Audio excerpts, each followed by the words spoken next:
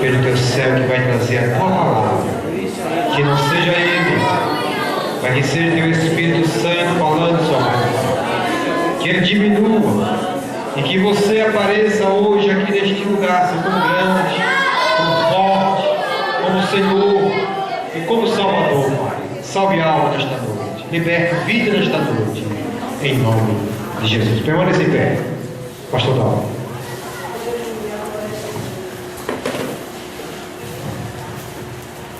Eu saúdo a todos com a paz do Senhor. Amém.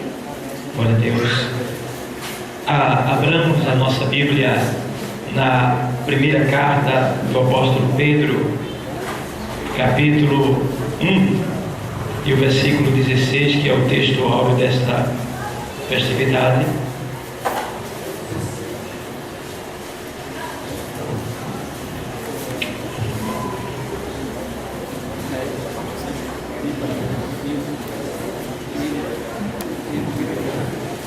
Glória a Deus. Foi na cruz, onde um dia eu vi meus pecados castigado em Jesus.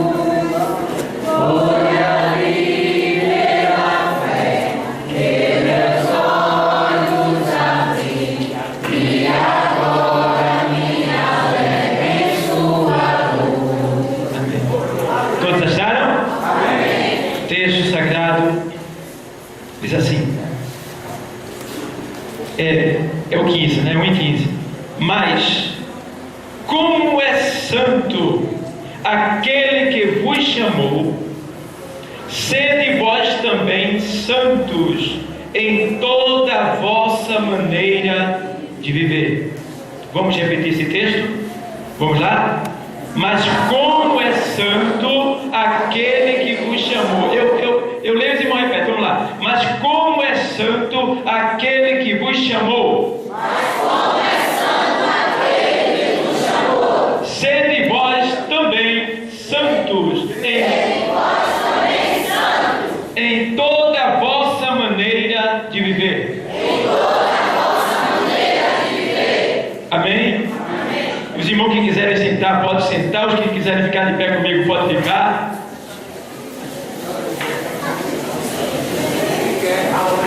Nessa hora eu sei, irmão. Só fica eu e Jesus em pé só nessa hora, né? Glória a Deus. Agradecemos a todos que estão presentes, né, por terem honrado o convite da nossa igreja. E estamos aí com esta festividade da união e com um texto que nos chama a atenção, porque é um texto que Deus, através desse versículo aqui, escrito pelo apóstolo Pedro, esta carta do apóstolo Pedro foi enviada para as igrejas universais. Igrejas universais quer dizer as igrejas que estão em toda parte da terra. E esta daqui é uma delas. E esse texto bíblico que nós lemos, escrito pelo apóstolo Pedro, tem um tema. O tema desse texto é sofrimento por amor de Cristo. Sofrimento por amor a Cristo. E é algo que a gente vê que nesses últimos dias está um pouco escasso no meio do povo de Deus. Porque essa palavra sofrimento está sendo extinta um pouco do vocabulário cristão, porque em virtude do aumento das seitas, em virtude do aumento das denominações diversas, e através dessa virtude vem também muitos homens se dizendo ser professores, se dizendo ser pastores, e trazendo ensinamentos que muitas vezes perverte, que muitas vezes distorce a palavra de Deus, dizendo que nós não fomos chamados para sofrer, nós não fomos chamados para sentir dor, não fomos chamados para ficar doente, não fomos chamados. Eu concordo que Jesus não chamou nenhum de nós para sofrer dor, sofrer câncer e outras coisas concernentes do pecado, claro, Mas o Senhor deixou bem claro uma palavra. Ele disse: no mundo tereis, mas tem. Então essa palavra ela tem que se cumprir na nossa vida, tá? Então aqui o texto diz assim: mas como é santo aquele que vos chamou. Aquele quem? Deus. Quem foi que nos chamou? Foi Deus. Foi Ele que me chamou. Foi Ele que te chamou. Nós não estamos aqui porque nós queremos. Nós estamos aqui porque Ele foi nos buscar. Está escrito lá no Evangelho escrito por João, capítulo 15 e versículo 16, diz que não fosse vós que me escolheste, mas eu vos escolhi. Então nós estávamos lá fora, no pecado, nas transgressões do mundo, andando conforme nossos pensamentos e desejos carnais. E Deus, pela sua infinita misericórdia, Ele olhou para nós e se compadeceu da nossa miséria e enviou a sua palavra pelo poder do seu Espírito Santo e nos convenceu lá fora e nos trouxe para esse lugar. Então o texto diz: olha, mas como é santo, santo, como é santo aquele que vos chamou. Está falando de Deus, está falando da pureza de Deus, está falando da santidade de Deus. E a palavra santo do grego quer dizer separado. Santificação quer dizer separado para uso exclusivo de Deus. Se refere a nós e a objetos e a dias. Mas santo se refere à pessoa de Deus. Ele é santo, quer dizer, Ele é separado de tudo que é mal, que é perverso, que vai contra a sua natureza. Tudo que é pecado, Deus é separado. Então a gente vê que essa palavra santo também tem o seu significado no hebraico, porque a palavra santo, Deus é chamado de santo desde lá do Antigo Testamento até o Novo Testamento. Ele é chamado de santo. Mas a palavra santo, traduzida no hebraico do Antigo Testamento, quer dizer kadosh. Kadosh em hebraico é também utilizado para designar o nome do Deus dos judeus. Então, um dos nomes de Deus, pelo qual ele era mais chamado no Antigo Testamento, era Kadosh. Nas adorações era usado Kadosh, Kadosh, Kadosh. E eles cantavam Kadosh. E sempre Kadosh, que quer dizer santo, santo. E tem muitas linguagens para essa palavra Kadosh, que, por exemplo, Kadosh tem também, significa também algo sagrado. Deus é sagrado. Ou um indivíduo que foi consagrado, no caso nós, perante outras pessoas. Kadosh também aparece na Bíblia no Novo Testamento. Existem muitas variações de Kadosh. Existe Kadesh, que significa sagrado em hebraico. Existe Kiddush, que significa santificação ou consagração. Existe Yom Kadosh, significa dia, ou seja, dia santo. E existe também, em relação a esse dia Kadosh, Yom Kadosh, quer dizer, os judeus eles fazem uma oração de 11 meses, entoando e louvando o nome do Senhor e dizendo Kadosh, Kadosh, Kadosh, Kadosh, Kadosh, para que Deus mande o socorro, para que Deus mande o Messias. Agora, eles estão fazendo esta oração, clamando, implorando que Deus mande o Messias pela primeira vez, enquanto nós estamos aqui e podemos dizer nesta noite Kadosh, porque já estamos esperando Ele pela segunda vez. Pela segunda vez estamos esperando Ele, porque nós já o reconhecemos como Messias. Já o reconhecemos.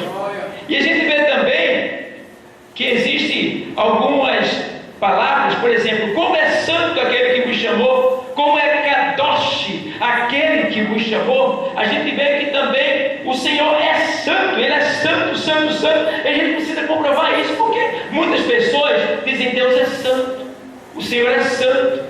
E nós pertencemos a Deus, porque nós fomos santificados. E santificação é separado, santificação quer dizer separado para uso exclusivo de Deus. E o que é que nos santifica? É a palavra de Deus que está lá em João, no Evangelho, capítulo 17, versículo 17. A palavra diz assim: Pai, santifica-os na verdade, a tua palavra é a verdade. Então, a cada dia em que a gente vai lendo a palavra, vai ouvindo a palavra, vai aprendendo a palavra, a gente vai sendo santificado, a gente vai sendo separado, a gente vai se tornando um kadosh dessa vida. Separado é o que a gente precisa ser, porque nós somos separados do mundo. E a palavra grega para a igreja quer dizer eclesia. Eclesia quer dizer chamados para fora. Para fora do quê? Do mundo. Para fora do quê? Do pecado. Para viver o quê? Uma vida de kadosh, uma vida de santidade, uma vida de separação do mundo. Então, esta palavra santidade, ela deve ser levada em consideração, porque está para acontecer um grande evento.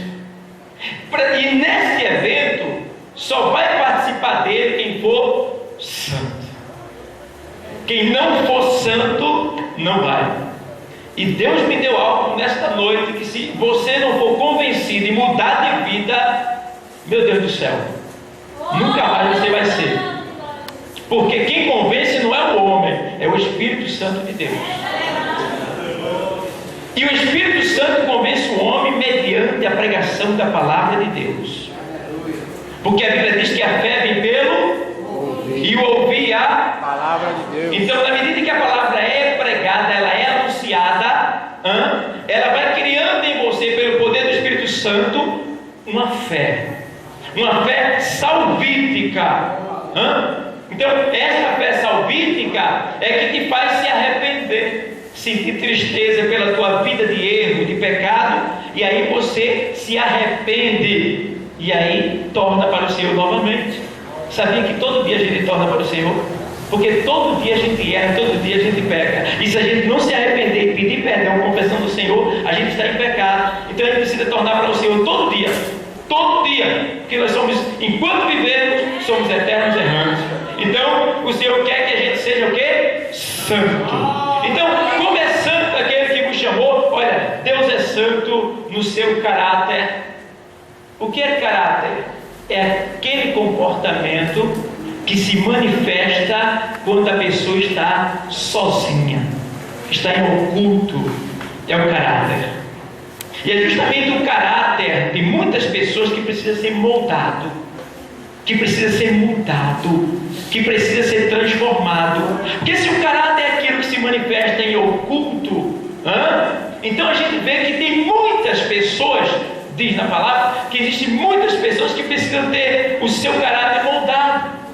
Por exemplo, nesses últimos dias a gente vê que existem pessoas que na frente é uma coisa e por trás é outra. São pessoas de dupla personalidade e nós temos que aceitar. Está dentro da igreja, estão conosco, não vão para o céu, mas estão conosco. Mas a gente tem que vigiar, porque quem é santo é separado, então não vai se unir com as ações desses tipos de pessoas. Então, amados, a gente vê que Deus é santo no seu caráter. Tem pessoas que o caráter é assim, na frente, glória a Deus, aleluia, bendito seja o nome do Senhor, Pai do Senhor, oh glória, e a Bíblia debaixo do braço, e quem sabe um paletó, e quem sabe um vestido bonito, cobrindo tudo. Mas quando chega a oculta, no lugar onde as tentações surgem, em particular, essas pessoas não conseguem se segurar e cedem facilmente. Aí que está o perigo. Porque nesses últimos dias, o diabo ele tem colaborado para que isso tenha sucesso. Usando o quê? Usando o sistema eletrônico que está em toda a terra, como por exemplo o canal via internet que a gente tem, que pode servir como bênção, mas pode servir como maldição, se não souber usar. E a gente vê que nesses últimos dias, eu estava fazendo uma pesquisa, diz que as doenças psicológicas psicossomáticas, que são doenças psicológicas, no final desses séculos, ela estará em alta. E os cientistas médicos já estão estudando e se preparando para atender os viciados em celular, e que agora, com o WhatsApp, eles vão ficar mais viciados ainda. Então a ciência já está se preparando, porque pegou mais do que o Face, porque o Face se usava mais no computador, se bem que no celular também tem, mas o WhatsApp não. A gente anda e vê as pessoas como um Android assim, ó.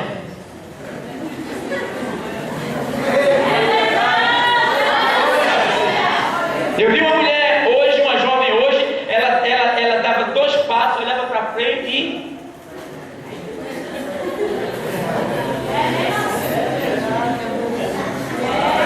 foi rápido, a doença pegou rápido. E se você não lutar para vencer esse espírito psicossomático, psicológico, que vai atuar justamente na mente, que é o espírito, que é o lugar em que Deus recebe a adoração, porque o Senhor diz na sua palavra que os verdadeiros adoradores adorarão o Pai em espírito e em verdade. Então é aí que o diabo quer atacar, é aí que o diabo ele quer, olha, bombardear a mente, o cérebro, o intelecto, o espírito humano do homem, porque o espírito humano ficando doente, ele perde o ânimo, ele perde a alegria, a fé dele desaparece, e aí o homem chega a entrar numa depressão e quem sabe até numa doença irrevogável, podemos dizer assim, sem volta. Então, tenha cuidado, porque o nosso caráter, quando ele é moldado à medida do caráter de Deus, nós estamos na boa. Mas se o nosso caráter não for moldado de acordo com a palavra, nós sofreremos grandes danos. Grandes, não são pequenos não, pequenos. Eu fui fazer um trabalho no lugar, no computador, e eu fiquei bravo. Não falei não, mas dentro de mim eu fiquei bravo, porque a pessoa estava fazendo meu trabalho ao mesmo tempo jogando. E fazia meu trabalho jogando. Está entendendo? Como é que o diabo, ele é muito esperto. Ele é muito esperto. Ele usa o quê? Ele usa o sistema eletrônico mesmo agora. Porque ele sabe que todo mundo está tendo acesso. É mais fácil. E ele colocou esse WhatsApp aí de uma maneira quase gratuita. Porque tem internet 50 centavos, 70 centavos por dia. Você está ligado o dia todinho, até a meia-noite. É o suficiente para esquecer de Deus. É o suficiente para não ler a Bíblia. É o suficiente para não orar. É o suficiente para não vir à igreja. É o suficiente para pegar uma doença psicossomática, psicológica. Então, amados, vigia. Porque no texto de 1 Pedro, capítulo 5, dessa mesma carta, e 5 e 7, ele diz: sede sóbrios, vigiai, porque o diabo, vosso, o quê? Adversário. Vosso o quê? Adversário. Você tem alguém que luta dia e noite contra você. Vosso adversário anda em derredor de vós, bramando como o leão, ou seja, imitando coisa boa, né? Como o leão. Leão, só existe um leão verdadeiro, que é o leão da tribo de Judá, que é Jesus. E aí ele está bramando como leão, ou seja, é aquele tipo de pessoa que chega perto de você e diz: peraí, não tem nada não, rapaz. A assembleia, ela é muito rígida. Que é isso, rapaz? Use seu celular, use à vontade o WhatsApp. Importante é você ter o seu coração limpo. Como é que eu vou ter? Usando, ou seja, como é que o jovem vai ter o coração limpo? Ele pode até ter o coração limpo e ter lá, está ligado pelo WhatsApp ali, mas chega outro que não está e manda uma mensagem pelo WhatsApp pornográfica. E aí? Ele está lá e recebe no celular dele aquela imagem. Ele nem estava pensando nisso, mas de repente choque em receber aquilo. E aí vem até o nomezinho embaixo, o conselho, né? A recomendação. Observa aí, vê que imagem, te deleita aí. E aí? Esse tipo de amizade não serve para você, porque às vezes a pessoa está no trabalho e o outro não está no trabalho. Como por exemplo, você está aqui agora, mas é possível, você está aqui adorando. É possível que alguém esteja lá fora, em algum lugar, já mandando mensagem para você no seu celular, não duvido nada. Mandando, por quê? Essa pessoa está desocupada, sendo usada pelo inimigo, pelo diabo, enquanto você está aqui, dando lugar para Deus. Então, amados, o caráter de Deus, ele precisa ser moldado em nós. Nós precisamos ter o caráter de Deus. E para ter o caráter de Deus, a gente precisa fugir dessas coisas imundas que o mundo nos oferece e procurar ser o mais santo possível. Isso quer dizer separado. Então, o Senhor, Ele é santo no seu caráter, Ele é santo também na sua forma de falar, na sua forma de agir. Ele é santo em tudo que você imaginar. Deus é santo também nas suas obras, tá? O seu reino também é santo. Tudo que é de Deus é santo. Esse ventilador aqui, ó, é santo. Essa cadeira que você está é santo, tá? Esta mesa, esse púlpito é santo, e você também deve ser santo. Então, amados, a gente vê que existe vários tipos de pessoas no meio do povo de Deus. A gente vê, por exemplo, no Antigo Testamento, a gente se lembra de José. Quem foi José? Um menino criado no conhecimento da palavra de Deus, e que depois foi vendido pelos seus irmãos e foi para uma terra estranha. Mas mesmo estando em uma terra estranha, ele não negou o nome do seu Deus. E mesmo sendo tentado naquilo que a sua natureza desejava, ele não cedeu, porque ele tinha um compromisso com Deus. E quem tem um compromisso com Deus, não nega Ele por nada nessa terra. Porque a pessoa que trai o seu Deus não merece a confiança de mais ninguém. E trair Deus é simplesmente fazer aquilo que Ele não aceita, que Ele já falou para mim e para você que não faça. A gente vê que José foi um exemplo. Ele não cedeu e foi exaltado. Passou pelo sofrimento, passou pela prova e foi fiel até a morte. A gente vê que teve também Davi, um jovem dedicado, trabalhador, obediente, adorador, santificado ali na sua área, na sua vida. E Deus o exaltou no meio de homens bonitos, fortes, no meio de homens até inteligentes, guerreiros, valentes. Mas Deus o exaltou quando ele não tinha, embora Davi era bonito, mas era sartento, ele tinha sardas, cabelo vermelho, e de acordo com a lei ele era maldito. Ele não podia assumir a condição de rei. Só que o Senhor Deus, Ele não está olhando a tua beleza quando Ele quer te exaltar, não. Ele não está olhando a tua condição social quando Ele quer te exaltar, não. Quando Deus quer exaltar, Ele exalta. E ninguém pede. Então, amado, a gente vê que teve também Sansão. Sansão foi um homem consagrado a Deus, nazireu.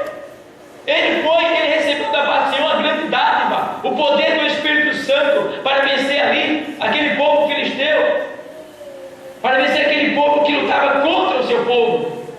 Ele recebeu, mas em virtude dele dar lugar aos desejos da carne, ele começou a se desviar da santidade que era para oferecer a Deus, e começou a fazer a vontade que vinha na sua mente. E eu me lembro quando Sansão disse assim lá em capítulo 6 de Juízes, ele disse: olha, mãe, eu quero que vocês vão buscar aquela mulher para mim, porque ela agradou os meus olhos. E ela disse: meu filho, não tem mulher no meio do teu povo para que tu vá buscar uma mulher dos incircuncisos? Ele disse: não, eu quero ela porque ela me agradou. Ou seja, eu quero aquela prostituta porque ela me agradou. Prostituição nesses últimos dias tem aumentado. Muitos jovens, muitos homens e mulheres envolvidos em prostituição, e principalmente nesse canal que é chamado também de internet, que facilita as coisas para a pessoa pecar se a pessoa não estiver vigilante. Então a gente vê que Sansão, ele se deixou levar pelo desejo da sua carne. E aí a gente vê lá na primeira carta aos Coríntios, capítulo 6 e versículo 18, diz assim: fugir da prostituição.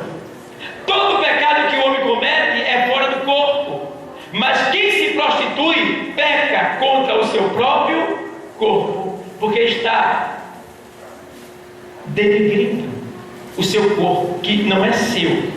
Porque mais embaixo ele diz assim: ou não sabeis que o vosso corpo é um templo do Espírito Santo que habita em vós, e que é proveniente de Deus, e que não sois de vós mesmo. Que não sois de vós mesmo. Eu não me pertenço, eu não sou teu, eu não tenho nada, você também não. Tudo que a gente tem é emprestado, e a gente vai ter que dar conta. E a gente vê que Sansão se deixou levar. O que aconteceu?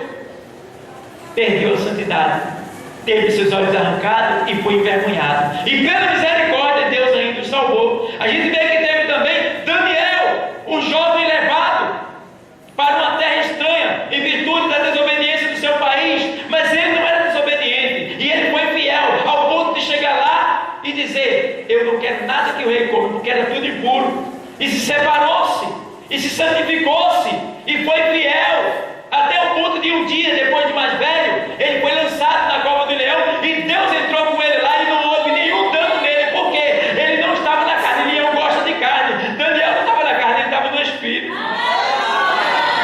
Aí o leão não podia comer quem está no Espírito, porque ele foi um jovem exemplar, ele foi um jovem fiel, e Deus foi com ele desde a sua mocidade até a sua partida. Então, amado, a gente vê que esse jovem foi o cabeça. A gente vê também que teve uma jovem chamada Rebeca, linda, né? Foi ali escolhida pelo servo de Abraão, Eliezer. Abraão mandou buscar uma noiva para o seu filho, fosse buscar no meio do seu povo, e chega lá, Eliezer faz um teste: olha, Senhor, a moça que eu ver descendo para buscar água, eu vou pedir água a ela. Se ela me der água e der de beber os meus camelos, é essa que o Senhor escolheu para o filho do teu servo Abraão. Abraão simboliza Deus, Eliezer simboliza o Espírito Santo, e Rebeca simboliza a igreja do Senhor. Aí diz a palavra que chega lá, Eliezer faz: dá-me água, e ela se baixa e dá água para ele beber. E o melhor, Rebeca vai e dá água para os camelos de Eliezer. Você sabe quanto é que bebe um camelo só? Um camelo só bebe 120 litros de água de uma vez só. Geralmente ele saía com 10 camelos, que é uma tipologia da vinda de Cristo. Então ele vinha com 10 camelos, que simboliza o número completo, cheio de riquezas para dar. Então imagina, 10 camelos, e tem um porém. Tem um camelo que é dromedário, ele tem 2 bolsas de água, e tem um camelo que tem uma bolsa só. Provavelmente pela distância ele veio com um dromedário que tinha 2 bolsas. Então o camelo, ele passa muito tempo bebendo água, muito tempo, tá? E ele armazena água em toda a parte do seu corpo, na corrente sanguínea, por debaixo da pele, na bolsa, dentro da barriga dele. Ele sai armazenando água no todo o corpo dele, que é para ele andar aproximadamente 270 quilômetros com aquela água que ele bebeu. Por isso que ele tem que beber 120 litros de água de uma vez só. E Rebeca chegou lá e deu água para os camelos todinho. Que menina, ó, abençoada. Essa daí está pronta para servir, né? Essa daí está pronta para se submeter ao marido. Porque nesses últimos dias, irmão, tem jovem que não quer mais casar, quer só ficar. E nesse ficar, eu fiz uma pesquisa, eu conheci que tem um monte de jovem que está com AIDS, está com vírus HIV, que se incuba na pessoa e passa 10 anos escondido. Ela faz até exame, mas não acusa, porque ele passa 10 anos lá.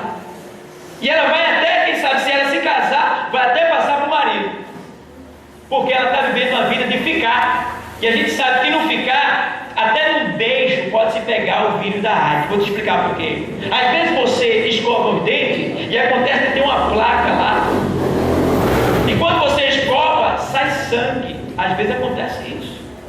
Não é toda vez, mas acontece. Já aconteceu comigo. Então, ali tem um vaso sanguíneo delatado. Aí ele escovou os dentes, parece que parou de sangrar, mas ele está delatado. Então, em um beijo daquele de quem fica, que é aqueles beijos que a gente vê na televisão, no repórter, eu vejo das baladas, que tem pessoas que saem só para beijar, depois desse beijinho vai chegar o resultado para eles. Infelizmente temos que dizer que o senhor está contaminado pelo vírus HIV. Então, amado, Porque ficar é para prostituta, e você não é prostituta, você é serva do Senhor. Ficar é para quem não tem compromisso com ninguém, é fornicação. É as pessoas que não querem compromisso com o casamento, querem viver a sua vida dissolutamente, agindo conforme o desejo da sua carne, vai para o inferno. Mas nessa noite Deus te trouxe aqui, porque quando Deus fala, ou aconteceu, ou está acontecendo, ou está para acontecer. E aí Ele traz aqui que é para preparar você e te dar um grande livramento de você viver uma vida miserável lá na frente. Para que você continue sendo sempre santa e santo. Então a gente vê, amados, que Rebeca estava pronta para servir, e ela não queria ficar, ela queria se casar. E se casar é bom, você só vai ter alguma coisa da vida quando se casar. Porque o Senhor disse assim: não é bom que o homem esteja, falhei uma adjuntora para que esteja como que diante dele. Então Deus fez a mulher para o homem. A mulher é presente de Deus para o homem. A mulher é uma rosa do jardim de Deus que Ele tirou e disse: está aqui, homem, é Deus, zela por ela. E esses botãozinhos de rosa que estão aqui, vigiem na terra, porque o Espírito Santo de Deus, Ele não quer perder vocês. E quando Ele traz vocês até um lugar como esse, é para avisar que o mal está bem próximo de te pegar, se você não tiver cuidado. Então, amados, a gente vê que Rebeca, ela deu a ele, e deu também aos seus camelos, e por isso ela foi presenteada, tá? Agrada ao Senhor, serve o Senhor com intensidade, serve o Senhor com amor, tá? Ora, Deus está aqui, Deus jovem, prepare um esposo para você. Agora peça um esposo que goste da palavra de Deus, que goste de Deus, que seja ali atencioso, que tenha algo de Deus nele, investiga a vida dele, vai na casa dele, conversa com a mãe, com o pai, investiga, vê primeiro, não só olha não, investiga. A mesma coisa é os homens jovens, investiga a tua namorada, vai na casa dela, vê se ela lava prato, vê se ela lava roupa, vê se ela já sabe fazer o amarelinho de cada dia, sabe qual é? Vocês conhecem, né? Eu amo aquilo ali. Vê se ela já sabe fazer o amarelinho de cada dia. Vê se ela honra seu pai, sua mãe, vê se ele honra o pai e a mãe, porque se não honrar o pai e a mãe, não vai honrar muito menos você. Eu me lembro de uma jovem que a mãe dela disse: filha, não case com esse homem. Ela disse: eu amo ele. Não case com ele, filha. Eu amo ele, mãe. Quem vai casar com ele é eu, não é a senhora. Não, eu quero ele. E aí, passou o tempo, a mãe dela chegou para ela e disse: filha, eu sonhei com uma serpente no pé da tua cama. Mas é ilusão da senhora, só fica fundo. Esse negócio de Bíblia, só fica aí só tempo atrasado. Aí está na modernidade, tecnologia, século 21, aí é diferente as coisas. Tá. O inferno continua com o mesmo fogo, né? O mesmo fogo, não mudou nada. Quem muda é a tecnologia. Aí ficou lá, aí foi e casou-se. Quando ela se casou, o que aconteceu? No primeiro dia, ele amarrou ela com a corrente no pé da cama e deu uma surra. E o pai e a mãe, depois de alguns dias de sentir falta dela, teve que ir lá para bater na porta para saber o que tinha acontecido. Por quê? Porque ela não obedeceu, porque ela não atendeu ao conselho de quem é sábio. Porque, ei jovem, você está vendo aqui a gente com cabelo branco? A gente já quebrou muita cara, já quebrou muito. Aí eu pergunto para você: você quer quebrar também a cara? Então aceita o nosso conselho. E o melhor, que o conselho que a gente está dando hoje não é o meu, mas sim o dele, do conselheiro. Então, amados, a santificação é boa. Quando a gente se santifica, a gente tem um Senhor na nossa vida. Ele fala, Ele revela, Ele está sempre conosco ali, cuidando de nós. Me lembro de uma jovem que ela, santa, essa era diferente, essa era santa. E aí o que aconteceu? Ela foi namorar estava na igreja e o cara disse: menina, essa menina é um exemplo. Mas ele era do mundo. Aí ele disse: eu quero essa menina. E os amigos saíram: dá para tu? Não, rapaz, porque aí é santa, aí é da igreja. Ele disse: vamos valer que eu ganho ela? E ele apostou lá, a cerveja lá, a grade de cerveja, uma grade de cerveja. E foi, aceitou Jesus de mentira? Eita! Aceitou Jesus de mentira. E aí ficou lá. E ele tinha condição, né? Foi se aproximando, se envolvendo, colaborando, ajudando, e foi. Aí chegou nela. Aí pediu um namoro, né?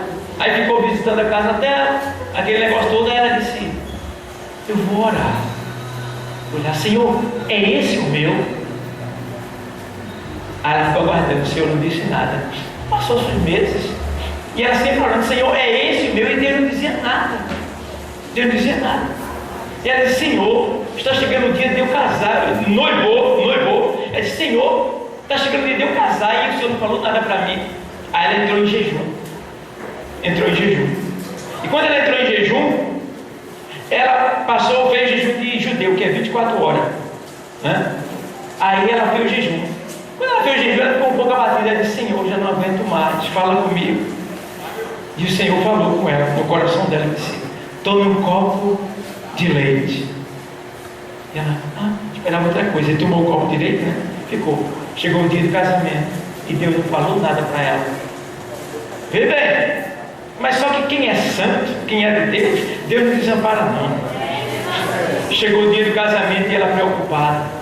E entraram, aquela coisa linda, festa, ele com muito dinheiro mesmo, riquíssimo.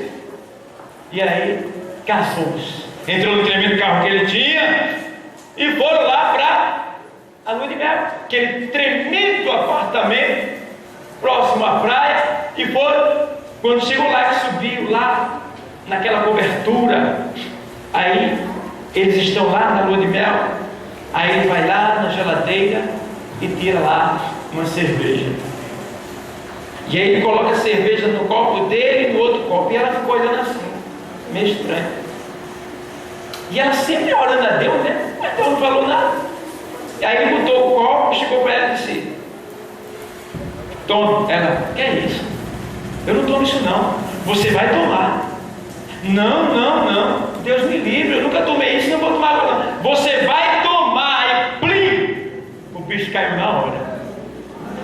Morreu, foi fulminado.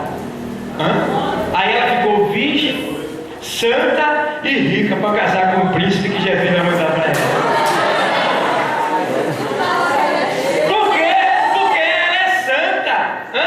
A menina que é santa, a jovem que é santa, o jovem que é santo, olha, irmão, só vai crescer. Eu digo para o menino que chega lá na igreja lá que se converteu, eu digo: olha, você quer aceitar Jesus jovem? Então na boa, vou enriquecer, vou ter uma vida tão maravilhosa na frente, porque eu já aceitei velho, irmão, e estou vivendo uma vida maravilhosa. Jesus me deu uma esposa que está ali, me deu 2 filhas abençoadas, me dá comer lá em casa, tem pão e tem água para comer todo dia. Aleluia! Tem água para beber e pão para comer, e não dá só para mim, não dá para quem chegar também. Eu estou vivendo uma vida de paraíso aqui na terra, é uma vez. Entendeu?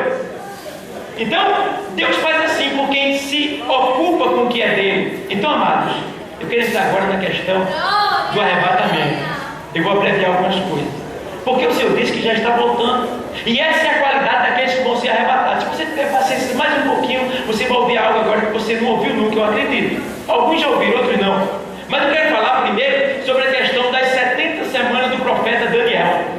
As 70 semanas do profeta Daniel, que a Bíblia fala muito, e algumas pessoas dão estudo sobre isso aí, mas muito pouco se fala na igreja. As 70 semanas de Daniel, 69 das 70 já foram cumpridas. E a 119ª semana de Daniel se cumpriu aqui na terra, quando Jesus, lá em João 12:12, entrou em Jerusalém montado no jumentinho. Tinha uma porta ali, e por aquela porta eles esperavam que o Messias viesse montado no cavalo branco, cheio de ouro, com um grande exército para libertar o povo da escravidão. Mas só que olha que entra um homem simples, montado no jumentinho. sem arma, sem nada, e o povo bem de alma dizendo: glória a Deus, aleluia, bendito é aquele que vem em nome do Senhor. Isso é o Messias? Não entenderam o mistério, porque as coisas de Deus só entende quem está no Espírito, quem está na carne não entende não. Porque as coisas de Deus, para aqueles que não têm fé, para aqueles que estão na carne, parece loucura, é loucura, mas para aqueles que estão, a Bíblia diz: quem está no Espírito discerne tudo, e por ninguém é discernido. Diz a palavra que quando ele entra ali, cumpre-se o quê? As 69 semanas de Daniel. Quer dizer isso aí, irmão? Das 69, cada semana, biblicamente falando, é 7 anos. Cada semana é quantos anos? 7 anos, diga, 7 anos. 7 anos. Então cumpriu 69 semanas de 7 anos, de Daniel até Cristo, a entrada. Quando Cristo entra, cumpriu-se a profecia de Daniel que haveria de vir o Messias. Tá? Aí parou. Quando Cristo entra ali na porta, o relógio de Deus parou. Dali ele está parado até hoje, porque é 69, mas são 70. 70 semanas. Uma semana é quantos anos? 7 anos. Então, esses 7 anos é o que está faltando no calendário de Deus para se cumprir. Porque 69 já se cumpriu. Agora, escuta lá. Esses 7 anos é os 7 anos da grande tribulação. Esses 7 anos da grande tribulação vai acontecer quando Jesus daqui a pouco voltar, e chegar daqui a pouco, para arrebatar a sua igreja. Diz a palavra que Jesus vem, lá em 1 Tessalonicenses 4 e 15, lá, seguindo essa leitura, ele diz: Jesus vem, fica acima das nuvens, chama os que estão no paraíso, porque todos que morreram em Cristo ainda não se encontraram com Ele, ainda não viram Jesus, não viram, eles estão no paraíso à parte, esperando o dia da ressurreição. Quando a trombeta é soada, Deus chama ele do paraíso, eles descem e vêm para o cemitério, seu corpo ressurreto sai da cova, entra ali a alma e o espírito naquele corpo ressurreto, invisível, e na medida que quando ele sai da tumba, ali nós que estamos aqui, no mesmo tempo, espaço de tempo, somos levados, tomados. E a gente sobe e vai e vamos ao encontro do Senhor. Ele está acima das nuvens. Lá é formalizado o casamento da noiva e do noivo. Quem é a noiva? A igreja. Quem é o noivo? Jesus. Forma-se o casamento. Acontece o casamento acima das nuvens, lá em cima. Por quê? Não pode ser no céu, porque a Bíblia diz que no céu não se casa, nem se dão em casamento. Depois que a gente se casa com Cristo acima das nuvens, Ele nos leva para a casa do Pai, voando. Quando nós chegarmos perto do portão, cumpre-se o Salmo 24 que diz: abri, ó portais eternos, porque aí vem o Rei da Glória. Alguém pergunta: quem é esse Rei da Glória?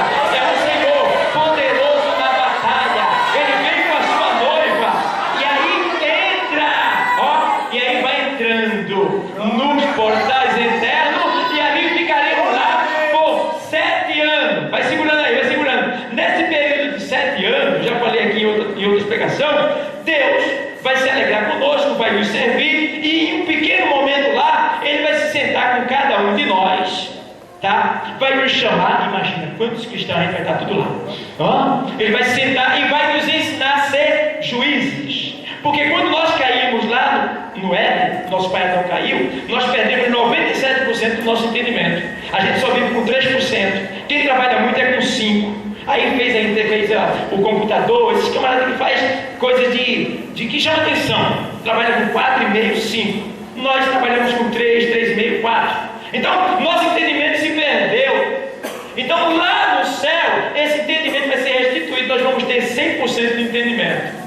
Esse 100% é para a gente julgar os demônios que nos perturbaram enquanto a gente estava aqui na terra, tá? E para julgar Satanás, que são os seus demônios, e para julgar as nações que não aceitaram a Deus. E o que é que vai acontecer? Estaremos ali. Quando findar os 7 anos, depois dessa aula que Jesus vai dar, Ele vai dizer: vamos descer, minha noiva. Por quê? Aqui na terra vai ter uma imundícia só, e nesse momento o anticristo já vai estar querendo destruir Israel, que é a nação de Deus, é a nação escolhida por Deus. O diabo tem muito ódio de Israel, tenta destruir Israel, mas nunca vai destruir sobre ela, e o guarda de Israel, que é Miguel, está protegendo Israel.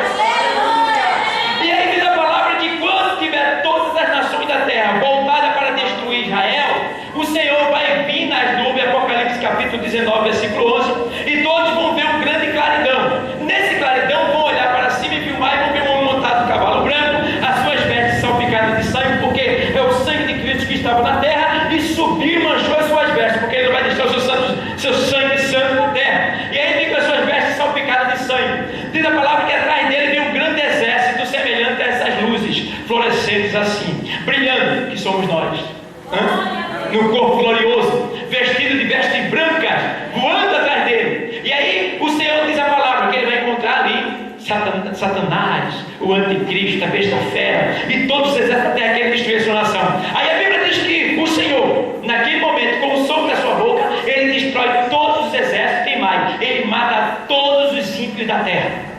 Todos os ímpios, todas as pessoas que não aceitaram Jesus, o próprio Jesus vai matar com o sopro da sua boca.